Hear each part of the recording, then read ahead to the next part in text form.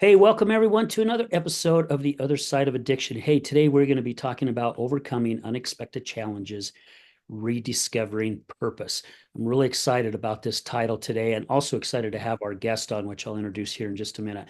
Before we get started, though, I just want to say thank you to my good friends and my coaches, Dave and Susan Kenny with Emergo Academy. That's Emergo Academy. Guys, this isn't just another program. Now, I took it to become a certified crisis and recovery coach. However, this is a really good coaching thing to take just for yourself, to be honest with you. You guys have heard me say this quite a bit. 2025, as you guys know, was a rough year for me. However, the training and the things that I learned through this coaching, through Dave and Susan's brain first approach, really helped me get through my emotions, taught me how to sit with my emotions. It taught me how to figure things out to where I didn't fall back into my old patterns that I used to fall back on when life hit me in the gut. You know, a lot of us do that. We fall back to drugs or alcohol or porn or gambling or shopping or work or eating, whatever it may be, or we just isolate ourselves. But when we learn how to sit with our emotions and learn how to look at the message in the mirror, then life really starts happening in a totally different way, in a positive way. So, guys, check out emergoacademy.com. See what they have for you and see if there's anything that you guys would like to tap into. Again, these guys are awesome. I highly, highly recommend them. So, today on our show, we have Buddy Morgan, and I am honored to meet Buddy and my daughter Ariel ran into you at an event that she was at, and you guys got talking, and she got a hold of me. She goes, Dad, you got to reach out to this guy to see if he's interested in being on your show. And you and I chatted, I don't know, probably a month, maybe 2 months ago. My schedule has been so full that I know you've been waiting a while to come on the show. But, thank you so much for your time, buddy. I really do appreciate it. Yeah, it's a pleasure to be here, and it was really cool to meet your daughter at that event. That was a big deal for me because I was asked by um, someone from Workers' Compensation of Utah, who I'll talk about a little bit more later, who asked me if I wanted to come speak at an event. I've never been really engaged in a public speaking forum like that, but he said after that meeting came about, if to backtrack a little bit, that meeting came about from a trip I took to Mexico the previous year. And I met someone who works with my claims adjuster at Workers' Compensation of Utah. And she thought my story was quite engaging. When I started talking to her, and she was like, wow, you should come speak at one of our events sometimes. And I was like, well, okay, just let me know. And I didn't really think anything would come from it.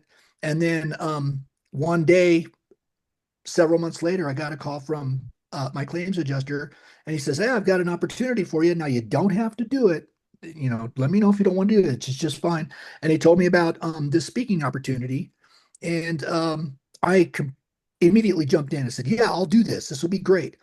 They said it was a paid event, so they would pay me for my time. They flew me over there, put me up in a hotel, gave me a rental car, and it was amazing. It was very cool. And then when I got done, several people come up to me and were just wanting to engage with me. And then one of them was your daughter, and she said, "Hey, you should be on my father's show.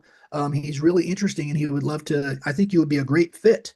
And so that's how this all came about. That we're here speaking today, Yeah. and the meeting is still reverberating through my life. It's been very cool. I had somebody record it last minute. I was going to bring a friend with me to record the show or the speaking event, and then I decided I'm just going to not worry about recording it. And then last minute, I recruited somebody to take my iPhone and record it for me, and so they did. I have yet to watch it. I kind of wanted to let it uh, ruminate for a while, just let it kind of ferment a little bit, so that I can watch it and kind of have some aha moments and go, oh, I remember that was, and so because it was very fun. And I thought I would be a little bit more nervous than I was, but I wasn't. When I got started, I just kind of kicked in and began to do it, and it went so fast. But people were like, they were amazed that I'm not a public speaker or anything. They said, "Were you?" did you do that all from memory? I'm like, yeah, I was telling my story. And so I've Yeah. lived that story for, ever since my accident happened back in 2000. And the only thing that I had in front of me was a monitor that so I could see my slideshow, my slide deck that I had made. And so it went very fast. And like I say, it's still reverberating through my life. It's resulted in a few other things that have came up since then. And so it's been very cool. But one of them is brought me here today to be speaking with you. Yeah. Yeah. It's crazy how the dominoes fall sometimes, right? And we don't even realize it. And they make all these turns and twists and all kinds of different things, and new opportunities seem to happen. They do, and that what's really cool is, and as we were speaking before we started recording this, talking about instead of just sitting around, being out doing things, engaging with people, the more that you engage with people, these things come about. And Mhm. so, like talking about flying by the seat of your pants sometimes, I find myself engaging with people a lot more in recent years because you never know what's going to come from it. And so sometimes, even though I'm apprehensive about getting involved with certain things, I just like throw caution to the wind and go, you know what, I'm going to give that a try. And then you never know until you get into it. You're like, oh, that was really cool. Man, I did really good at that. I can do this, man. This is very cool. That's how I got into the DJ stuff. As you know, I work on the weekends. That's my side hustle as a DJ. And that came about because I was out of work for a while. I had just moved here to Grand Junction, Colorado, and was working from home. And then I got laid off 6 months in after buying a new home. And I went through hell for a little while. Being out of work for 8 months was stressful, but I had just enough things in place to keep me going for that 8 months to be able to pay the bills. Mhm. And then through being out of work, I found this DJ gig. And I remember being very nervous when I went in to talk with them. I would just about want to turn around and go home because I was like, they may not want to deal with me because I have a disability. And so I was like, stopped, and I had to go to the bathroom really quick. So I stopped and I went, you're going no matter what, dude. You can't turn around. So I never whiff on stuff like that, but I always think about it before I go. I'm like, I'm really nervous and I don't want to do this. But then I gather myself. I'm like, dude, you can do this. So I walked in there, and next thing you know, I walked out. They gave me a DJ controller and said, go home and practice. And then we're gonna have you start coming back for meetings. So what was cool is I was out of work for that amount of time, and I was able to go to the shop during the day, and these young kids were teaching me how to beat mix like a club DJ because that's what they want you to do. Yeah. Um, and so that was cool. That's how I got involved with that, and I found myself this snowball effect. It just started picking up, and I began to get really good at it. Now I've been with those guys for 3 years, and I'm one of the core DJs that they send out on events, and so it's been very cool just to even though you might be afraid to get involved in something, just go do it. And so the speaking event where I met your daughter was a big deal, and it's still been a big deal. Like, I'm gonna have to watch the video Yeah. eventually. There's friends that wanted me to tape it, and so they haven't seen. I've told them I got it, I taped it, it was great, and so I need to open it up, edit it a little bit, and then send it off to them and let them see how that all transpired. Yeah, yeah, that would be really cool. Well, let's go into so that overcoming the unexpected challenges. You just shared a little bit right now, just even with your DJ, right? Being uncomfortable and going in and doing an interview, and I even remember the first time I got up on stage to speak, how nervous I was, and it's crazy. I still get butterflies before I go up on stage. Sure. However, I, somebody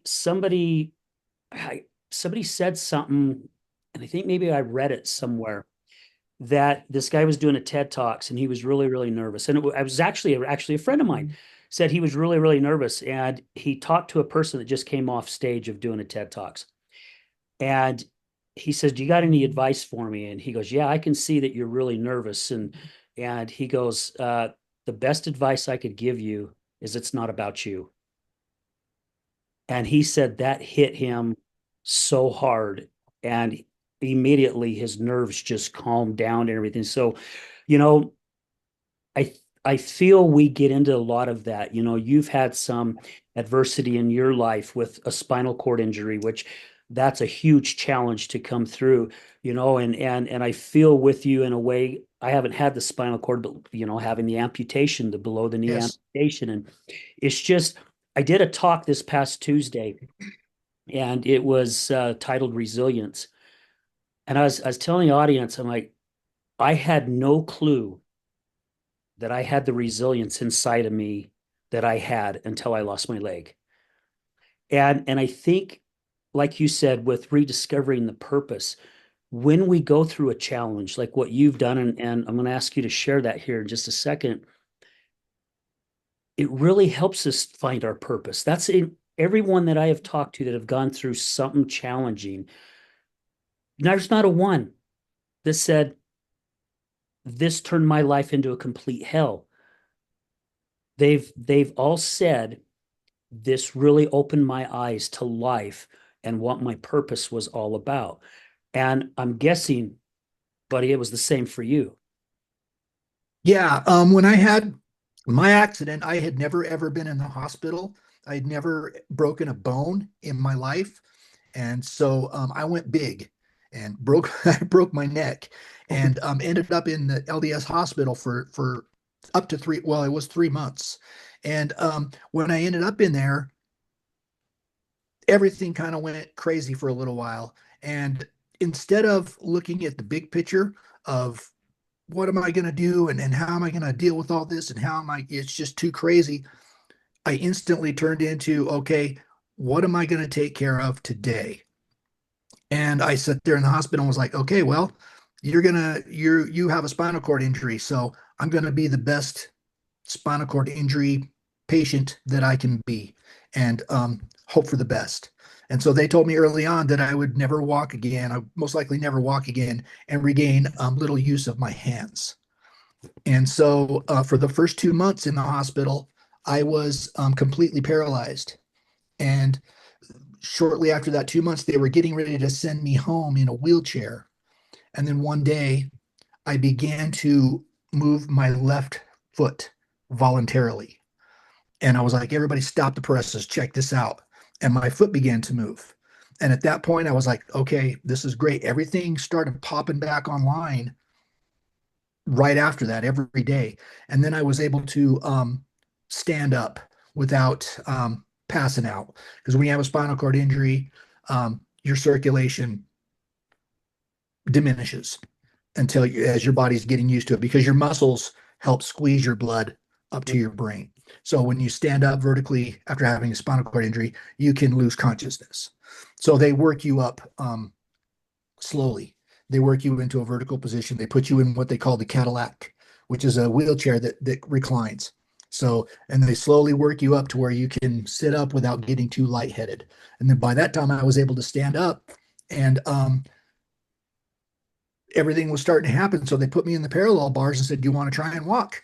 And I remember the day I was in there and I started walking in the parallel bars, hanging on to those. And I was thinking, okay, boom, we're going to be in good shape. We've got something going here we can work with. And my family's over here. There's several people over there, and they're all kind of being emotional and crying. And I started cracking jokes. And that's how I kind of sometimes hide my emotion a little bit with humor. And so, but I knew that things were going to start happening right there. And then they kept me for another month and started teaching me how to get around safely. They pumped me full of steroids and just got me to where I could leave the hospital. Basically, I could walk out of the hospital. At that 2 month point, they were going to send me home with a $30,000 wheelchair, and then they put that on hold. They sent me home with an old rickety wheelchair that became a coat rack. And so, yeah, I would have friends come over and hang out with me, and then like I would have them take me places. So I would just have my friends help me get out of the car and get into places. I never took the wheelchair. The one time I took the wheelchair is the friends wanted me to get back into music. So before I had my accident, I was a musician and I sang guitar. I sang, played guitar and keyboards, and that all kind of went out the door for a little while. But then when I got out of the hospital, they were like, hey, you need to start singing again. So they took me to a music studio and wheeled me in a wheelchair and made me record a song. And it was hideous, but their intentions were well placed. They got me back to doing what I like to do. And so I had overcome that adversity, getting out of the hospital, and then I was on disability for 3 years. And I thought to myself, I could do this for the rest of my life. I could just live on disability and then things will be great. But I think there's something more I want to do. I want to go back. I want to do something. And so I've always been a creative person. And so I decided to jump into school and learn how to be a graphic design artist. And I took that and ran with it. I was working at the time. Or no, I started school. And then halfway through school, I found my first job as a graphic designer. And that's been almost 22 years ago or more. And I've been doing it ever since. Wow. Yeah, that's amazing. Yeah, and so I got lucky. I wasn't like, okay, I'm going to overcome this spinal cord injury and I'm going to beat this. At the time, they kind of had told me, you're going to end up in a wheelchair for the rest of your life, and your hands probably, you're going to regain little use of your hands. I was like, okay, look what you've got yourself into. The accident was my fault. So I said, this is what you get, and you're just going to deal with it. And then I began to get more out of it. And when I went back to school, that was the best thing I could ever did for myself because I started getting this knowledge and everything and just out interacting with people, despite the fact that I had the disability because I was very self-conscious and everything. And then finding that first job, I was on top of the world. I'm a graphic designer and I'm still going to school. So I was going to school at night and working during the day as a graphic design artist. And then I decided to get back into doing band stuff. So despite the fact that I had a spinal cord injury, I was out kicking down doors and auditioning for bands and found a lot of really open-minded people. I found some people that weren't so willing to play along, Yeah. that were like, hey, thanks, but no thanks. And that's to be expected. And so I didn't get too dejected about that, but I was grateful for the opportunities that some people gave me. And I was persistent enough to get in with some really cool bands and be with them for a long time and make some lifelong friends that are still friends to today. And I had my most recent band up until I moved to Grand Junction 3 years ago. Um, we were going strong, and I was singing lead, I was playing guitar and keyboards, and we were having a great time. And then the guitar player wanted to move to Rexburg, and then I decided to move somewhere regionally. And we had this big plans. We were going to get back together once a month in Salt Lake and rehearse. And we did that once, and then the pandemic hit, and everything kind of fell apart. And so um, I replaced the band stuff with my DJ stuff. And so it's been very cool to do that because it's a substitute, even though it's not the band. Because when I'm a DJ, it's a one man show. It's just me Hmm. behind my deck, and I'm out making people dance. So that's at least I get that joy out of it, and it pays it a lot better. Yeah. So if I may ask, how did you get the broken neck, the spinal cord injury? So I was working with a contractor that put in 2-inch conduit into your easement in front of your house to install fiber optics so that you can. This was as home internet was starting to explode. Um, I was working with that contractor as a locator, and a locator locates a borehead that digs underground and helps direct that borehead so that it can go underground and then pop up, and then we pull the pipe back through. So I was working with that contractor, driving, and they had me. I was getting in the process of getting my CDL, and I went to work on a Saturday, a beautiful Saturday, and I wasn't supposed to be at work that day. But I went and hopped in the truck, and I was supposed to have someone with me. I only had my learner's permit, so you're supposed to have a licensed driver with you. And so I got in that truck and drove to the job site that day, and then drove home. And on the way home, I was traveling down Bangor Highway, and I was going a little too fast. I had some music on. I passed some of my coworkers. And mind you, I'm in a semi truck, and I'm hauling a big piece of machinery, and I wasn't respecting the gravity of what I was doing at that moment. I Mm. was living in this moment of, And it's great Saturday. I'm on my way home and I'm going to hang out and have some fun and everything. And I wasn't paying attention for a brief moment. And I came up to a stoplight and I could not get that vehicle stopped because I was not paying attention. And in deciding to not go through that intersection because I was where I can't remember if there was crossing traffic right at the moment, but I decided to turn that truck and I laid it on its side and slid into a couple SUVs and ended up crashing into a UTA bus. Oh man. And I was trapped in there and I didn't realize that I had broken my neck. I just thought I was trapped and couldn't move. And I was kind of bewildered at the moment. I didn't quite know what had transpired. Um, and then people started approaching me, and they had the first responders there very quickly, and so they were talking to me, asking me about the machinery that was on the back. There was liquid in the back that was boring mud. They were asking me if it was flammable or toxic or anything like that. And so I was coherent enough to tell them that no, it's okay, everything's fine. Then they got me out and they flew me off to the hospital, and there's where I spent the next 3 months of my life. Wow. Holy cow. It's it's crazy how quickly life can throw us. I call it shitballs on the show. Yeah. I'm like how quickly life can throw us a shitball. And that is one that hit you square in the face on that one. Because sometimes we can dodge them, but there's other times it nails us and it's that quick. Yeah, and that one happened really fast. And like I said, it was my fault. It was self-induced. And so I decided to, like I said, I when I ended up in the hospital, I was like, okay, you've done this to yourself. There's no one I can blame. I just blamed myself, but I didn't wallow in self-pity. I began to just make the rehab floor my home. And so when I ended up in the hospital, I was only in the ICU for 1 day. I woke up and my family and friends are standing over me going, dude, you broke your neck. And I'm like, oh, okay, really? And I had one of those halos on me and they had sandbags. They put sandbags on there so that it can reset your neck after your fusion or something like that, I guess. And then they sent me to the rehab floor and started strapping spoons and knives to my hands and put loops in all my clothes and started teaching me how to live like a quadriplegic. Um, and so it was happened very quickly. It was all bizarre, but I just became friends with all the CNAs that would come in and all the different people that were helping me learn how to adapt to this new way of life in rehab and how to begin to pick up the pieces. So your day began by, okay, we're going to teach you how to get dressed. They took all my clothes and put loops in them so that I could put my hands in them and pull my clothes up and put my shirt on, which became a chore. It was frustrating for a while not to be able to even put your clothes on. And then okay, we're going to get out of bed. We're going to learn how to transfer from the bed to the wheelchair. So that became something to do. And then how are we going to get from the wheelchair to the bathroom?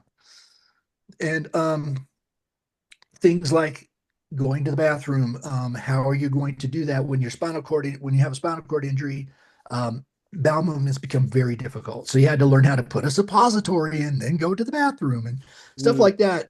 Sometimes, they would bring you to the brink of just, oh, why am I here? But then yeah. you might have a success. You're like, okay, I did it. And so you take that little success and you run with it. You're like, okay, I learned how to get to the bathroom today and it was great. What else can I do? And I just began to build on those tiny successes.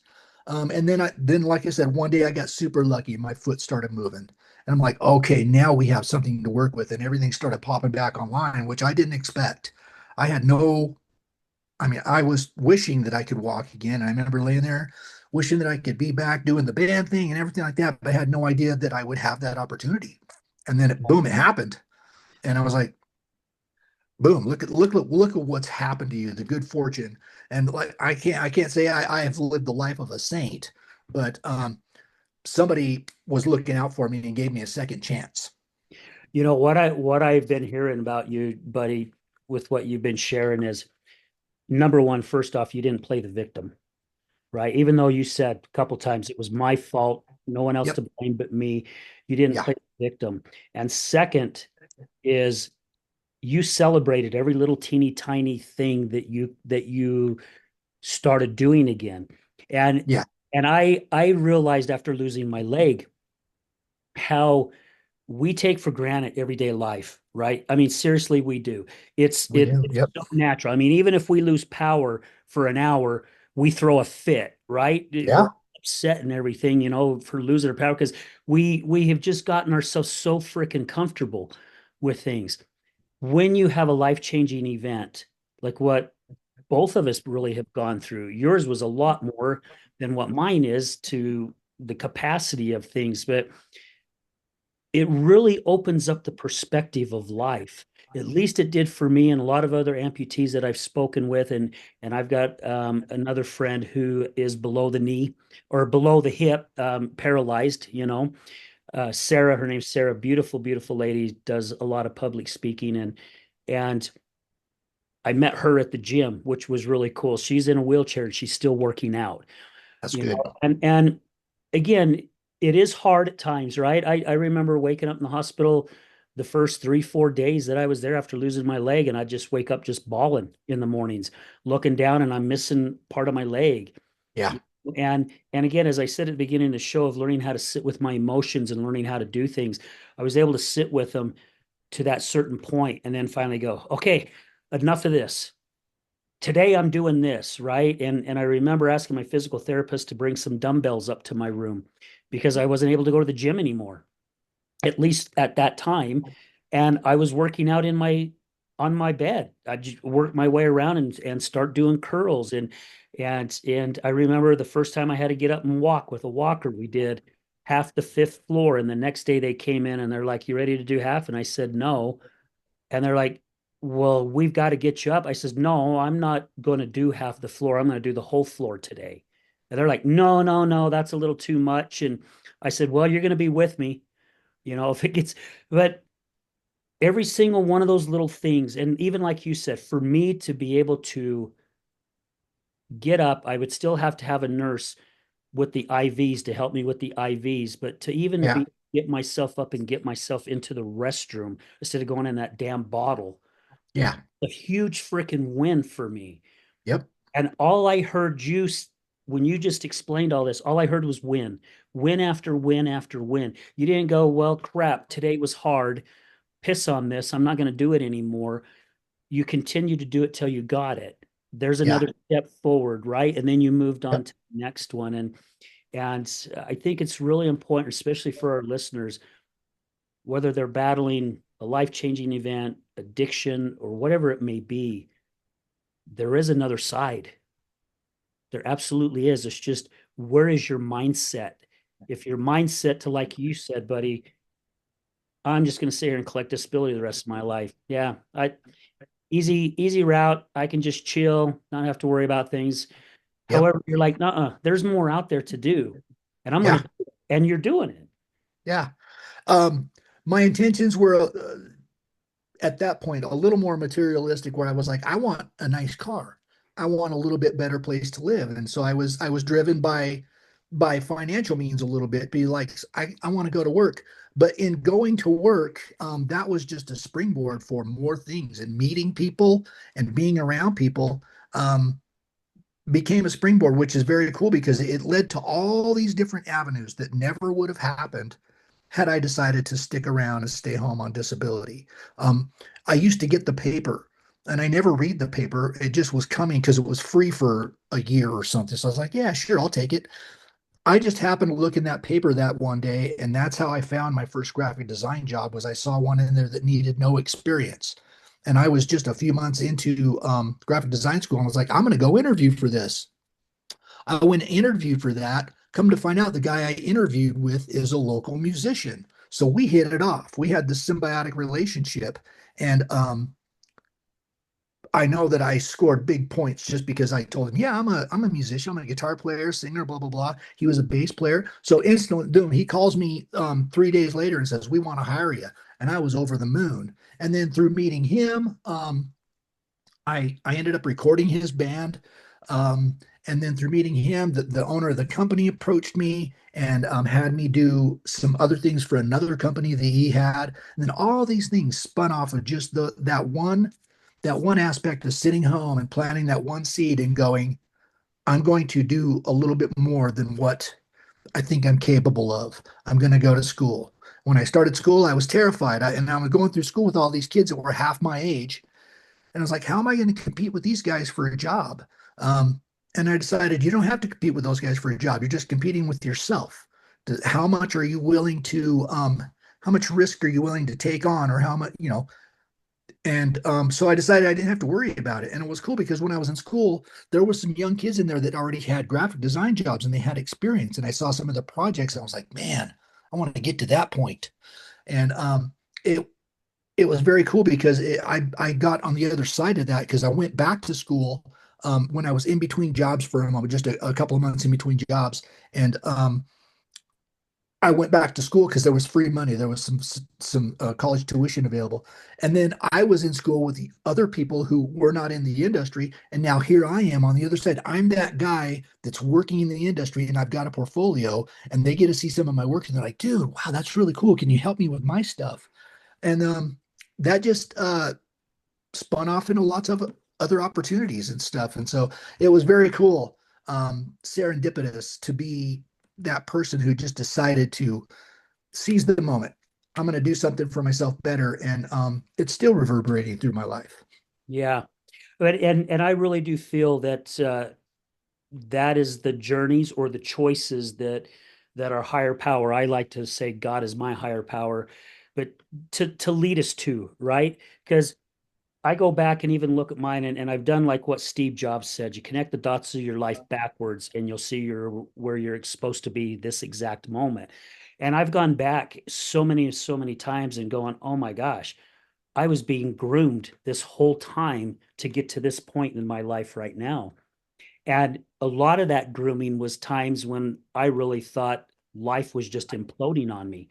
You Yeah, know, everything was just crumbling down on my shoulders, the weight, the stress of all the crap that was happening in my life. It's like, man, I don't know how much more I can handle of this, because it was just coming from every direction. And then you make it through it and you get to that certain point, and then you're going, I would not be the person I am today. I would not be where I'm at today if it wasn't for all this stuff that happened. And yeah, it is such an amazing feeling. If somebody asked me over 5 years ago, 6 years ago, if I ever thought that I'd be on stage speaking or I'd have a podcast, or I'd be working around in the recovery community, I would say, hell no. I mean, what the hell are you thinking? Why would I want to go that direction? However, going back and looking at everything that's happened, man, it was so well scripted. And yeah, as long as we listened, right? You listened. I mean, I don't I don't see my version is there's no such thing as coincidences at all. You were getting this paper, you got this paper for how long, and just one day you decided to pick it up.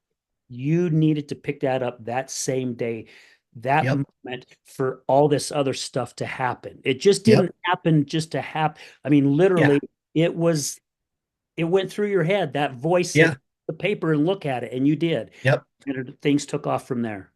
Yeah.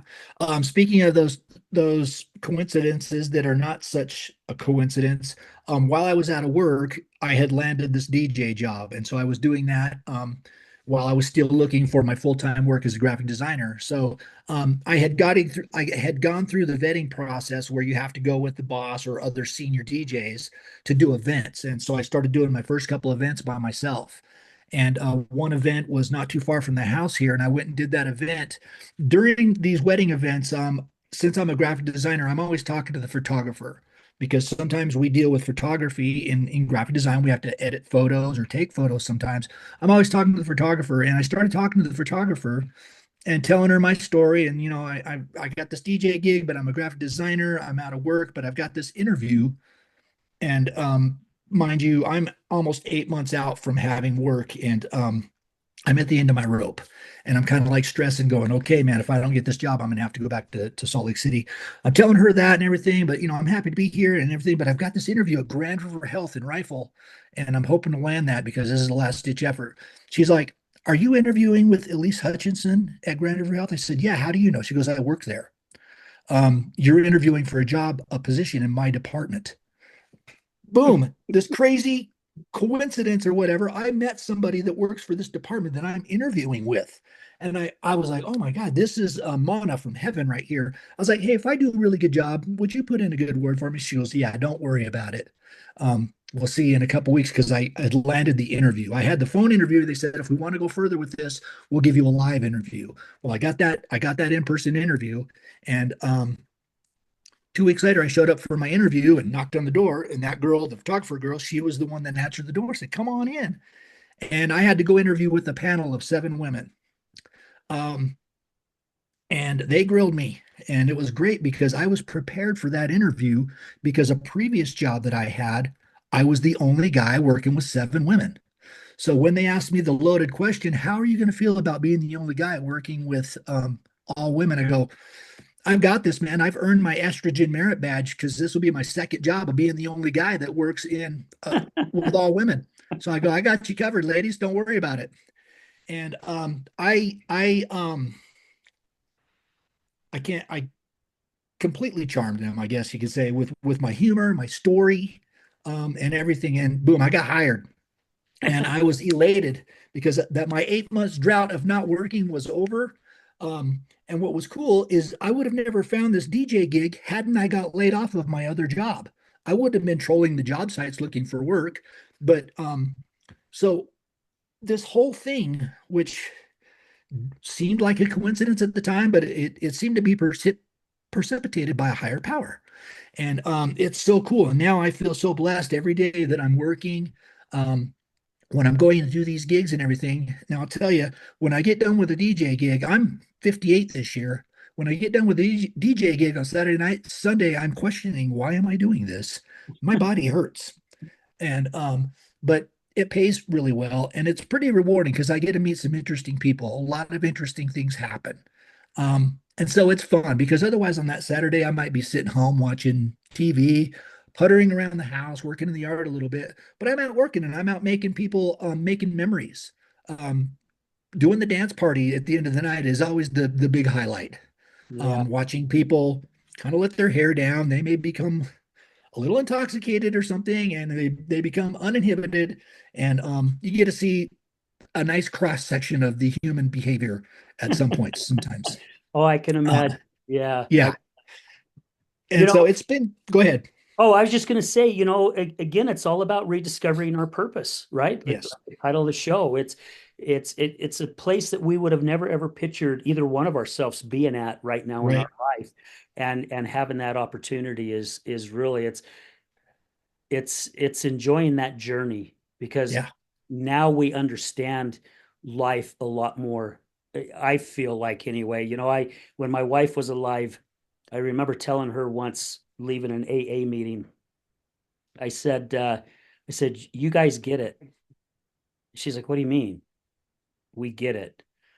And I'm like, I come here to support you, and I hear people get up and they tell their story every week. And I hear how amazing their lives are and where their lives used to be.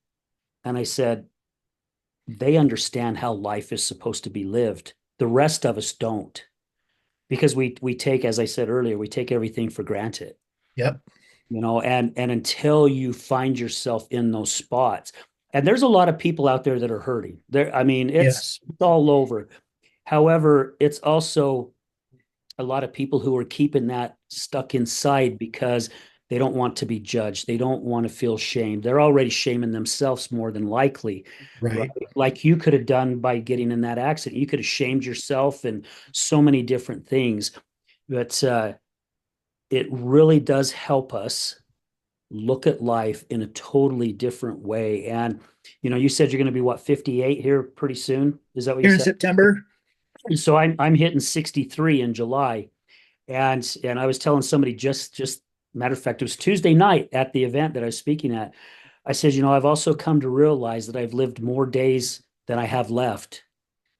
And I says, and I'm going to make the frickin' best out of however many God Yeah. gives, because I've made my mistakes and I'll still continue to make mistakes. That's just part of life.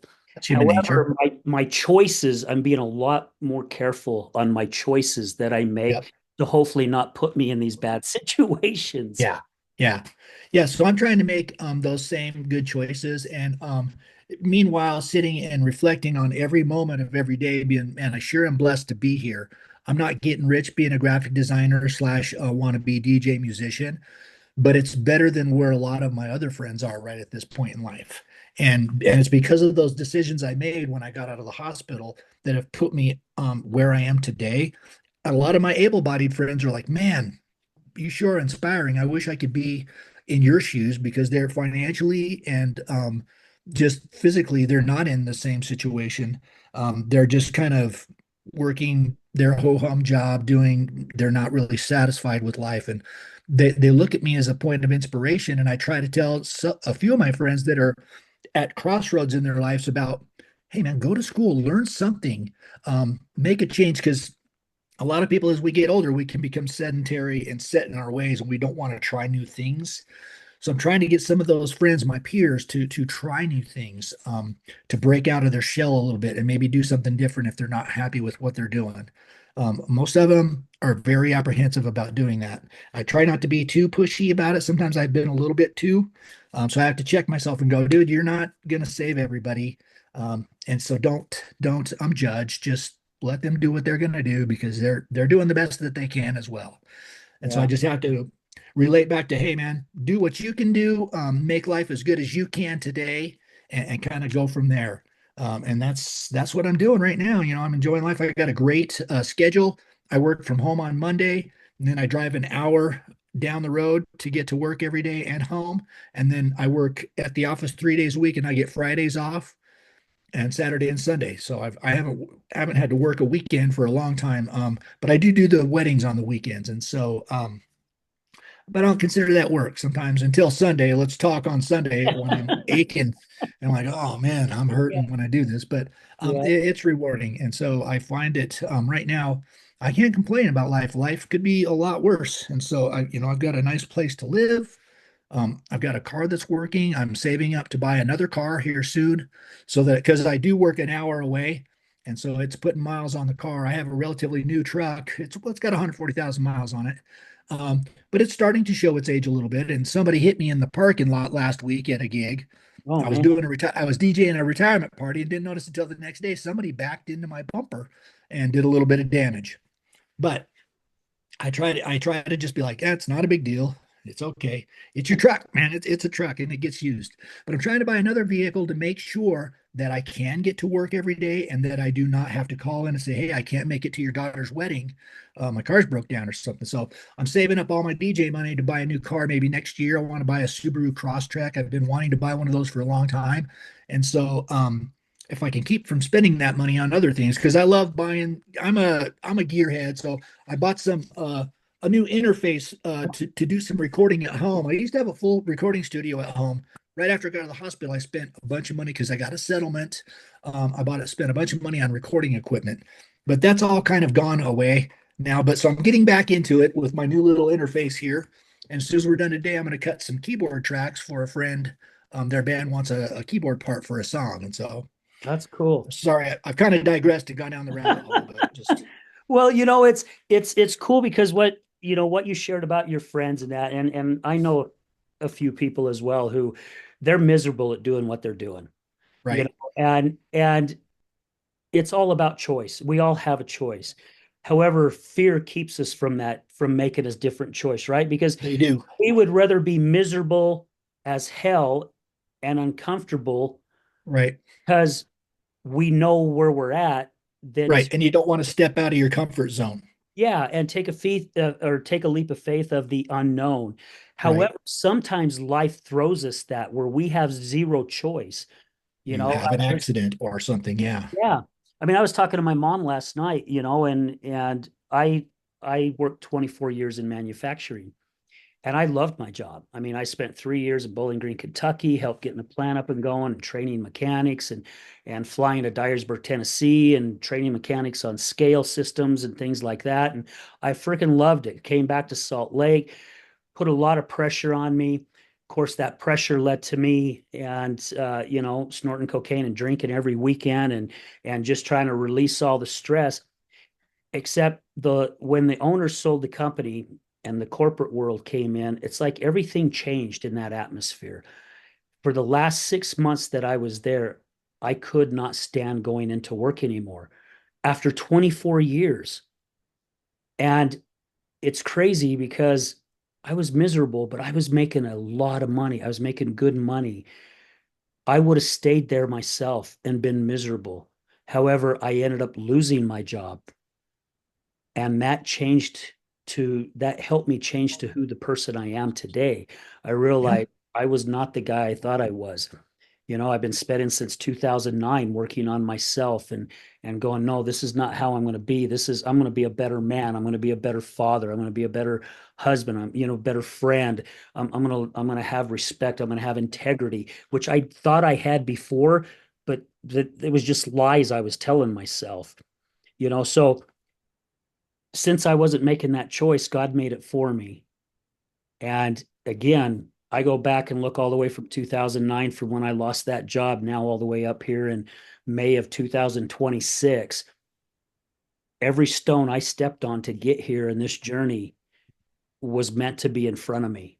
And I'm so grateful. I definitely am so grateful that I am where I am today, and grateful that I did lose my job, even though I ended up losing my house, and it caused all kinds of other turmoil in the marriage Yep. and all kinds of things. But um, it put me where I'm at today, and I'm so grateful to be where I am today, Yeah. especially as a man and as a human being.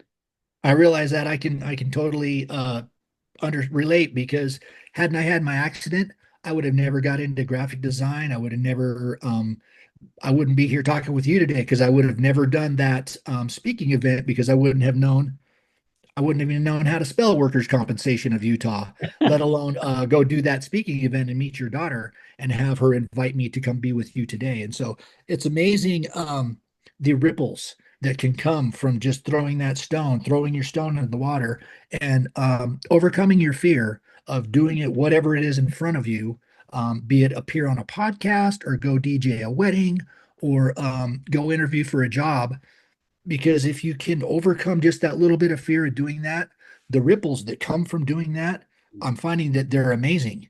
And so it's been a really cool ride, and it's going to be interesting to see how it all evolves as soon as the last chapter is written. But and I hope that's not for quite a while. But I try to live in the moment and be like, if that last chapter comes anytime soon, have I lived a full life? Have I done as much as I can to be as happy as I want to be?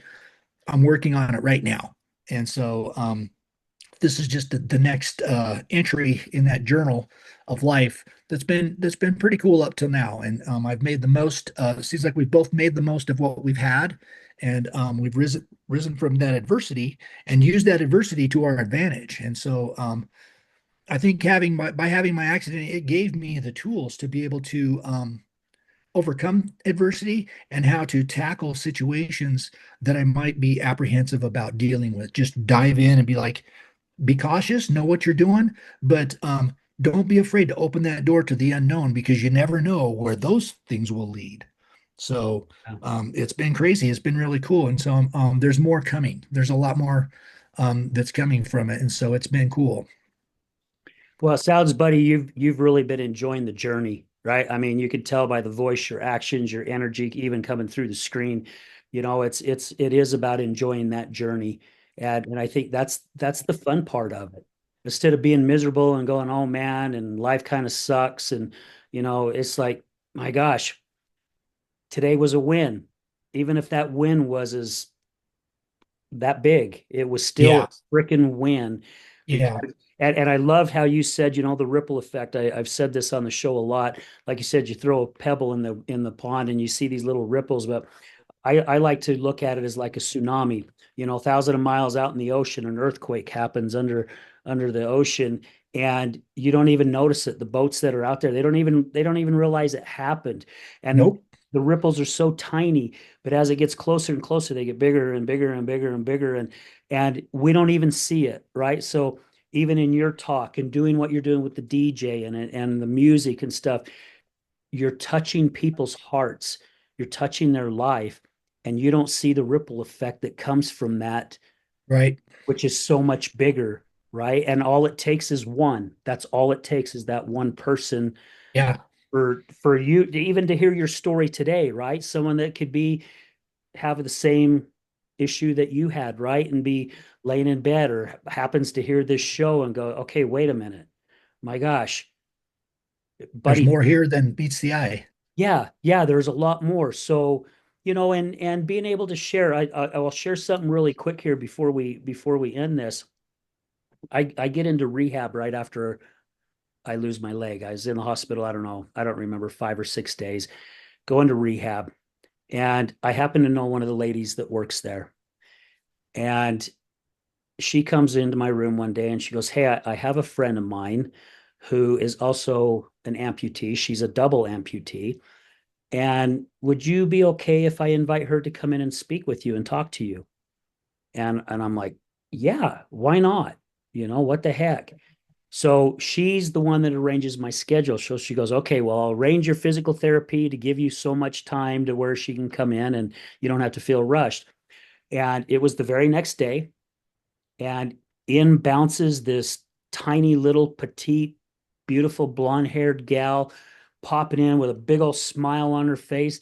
Ow! And she comes over and I'm in my bed and she leans in and gives me a hug. And I introduce her to my mom and my daughter, and she gives them a big hug. And she's just got this energy and this big smile. And we sat and we talked, and she shared what happened with her and the accident that she was in and what caused her to lose both her legs, and that she's doing bike riding and she does this and she does that, and that meant the world to me to have somebody to have her come into my room and see how life was for her, right? And she didn't sugarcoat it. She goes, Al, there's days that are going to be tough, right? There's Yep. days that your leg are going to hurt, and you're not going to feel like doing some things, and standing in a one area for a long period of time, it gets really uncomfortable and that. But she goes, for the most part, man, everything is good. You can get really a lot of your life back. You just have to make some adjustments. Got to adapt. Yeah. You have to adapt. And it meant so much to me. Once I got to where I got my very first prosthetic, Encompass reached out to me. They asked me to come and do a talk to their staff. I got to know a lot of the staff while I was there doing physical therapy and stuff. And now I'm one of those people that they call when another amputee comes in. Oh, okay, cool. And it meant so much to me. I'm like, man, Heather changed my life, helped my life so much that day. I'm going to do that same thing. I'm going to pay it forward, right? And go in and help somebody else. And that's exactly what you're doing, buddy. You did it with your public talk. You're doing it now with the other stuff that you do. And I just tip my hat off to you. I mean, I really do. I just say thank you for doing that, because we really do need other individuals to help us realize life is worth living, Sure. and there's a way we can get around things if we just choose to. Yeah, I agree. Make sure you tell your daughter thank you for getting me involved and hooking me up with you to be Yeah. part of your legacy and your show. Oh, I definitely will. Matter of fact, I texted her yesterday and said, "Hey, buddy's coming on the show tomorrow." And so, anyway, and she's back here in Salt Lake. I think when Cool. she was here, she traveled up here because she was living in Georgia at the Oh, time. But okay. she's moved back, so we are so thrilled to have her back with us again. Cool. That's great that she's back there with you and everything. So Yeah. um I don't know, as we get ready to close, is there any other questions you have or anything else you would like me Yeah, do to you do expand you on? have something inspiring you'd like to share? I mean, you've been sharing a lot of inspirational stuff throughout the show, but is there something that just really resonates that you'd like to share with our listeners? Well, I can't think of anything other than just it's been great to become a point of inspiration.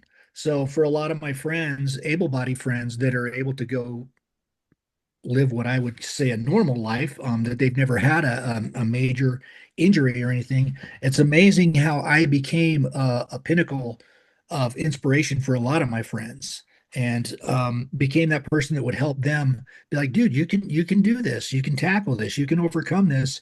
You just need to dig in a little bit and not be afraid. Don't be afraid of the unknown. Because if you go into that with a positive mindset, you're going to get much more out of it than you thought you would. And because it's unknown, that's what kind of makes it fun to ride that knife's edge a little bit. I ride just on the edge of anxiety all the time because I have really bad anxiety. So even though now I've been doing weddings for 3 years, um, before I get there, I am a bundle of nerves and I am so anxious. But I find riding that anxiety helps me to be prepared and how to overcome situations that might arise from any situation, whether it be I'm missing a piece of equipment or something breaks down or anything like that. Um, so it's what I can say is don't be afraid to ride that wave of anxiety because it can push you, propel you to do a lot of great stuff. Um, and that's I don't know that's all I can share with you today that I just right offhand unscripted Yeah, I um, love it. is ride the wave. Don't be afraid to ride the wave because it'll take you places. If you're a surfer, you know what I mean. But don't be afraid to ride that wave because it's going to take you places to where you don't expect, and you're going to meet interesting people that you never thought you would meet. I love it. Thank you for sharing that. Buddy, again, thank you for your time. I really do appreciate it. And I just want to say, hey, thank you to Emergo Academy. Thank you for your sponsorship. Dave and Susan Kenny, I love you guys. Really appreciate all your love and support. I'd like to say thank you to all our past speakers and all our speakers that are coming on. I mean, my gosh, this year has just been so amazing. We've had some really, really great speakers. And I just want to say thank you to all my listeners. You guys are the ones that's keeping this show going. We're 5 years strong and I am booked out all the way till 2027. So I do not see this show stopping at all, at least this year. And I'm pretty sure I'll still go into 2027. Guys, before we sign off here, I also want to say, hey, make sure you guys here in Salt Lake City, mark your calendars for Saturday, October 3rd. We're going to be holding our sixth Healing Utah Success Summit. Come out and be inspired, guys. We've got some great speakers lined up for you. We got Dr. Rob Kelly out of Texas that's flying up to come and speak. He's our keynote speaker. We've got Sarah Hussein from California, who is going to be flying up to be one of our speakers as well. We got Brooke Rushton, who is from here. She's going to be getting up and speaking. Travis Whitaker from Diamond Recovery out of Ogden is going to be speaking. Guys, we've mark your calendars, man. Come out and be inspired. Enjoy a day of inspiration and love and kindness. And one last thing, keep your eye out. And I'm taking my time doing it, but the show is going to be rebranded. So it's going to be going from AR, The Other Side of Addiction, to Through the Storm podcast, just because of So the diversity of where everything's going. So we're going to leave you with this as we do at the end of every show. Remember, addiction is giving up everything for one thing, and recovery is giving up one thing for everything. We're out.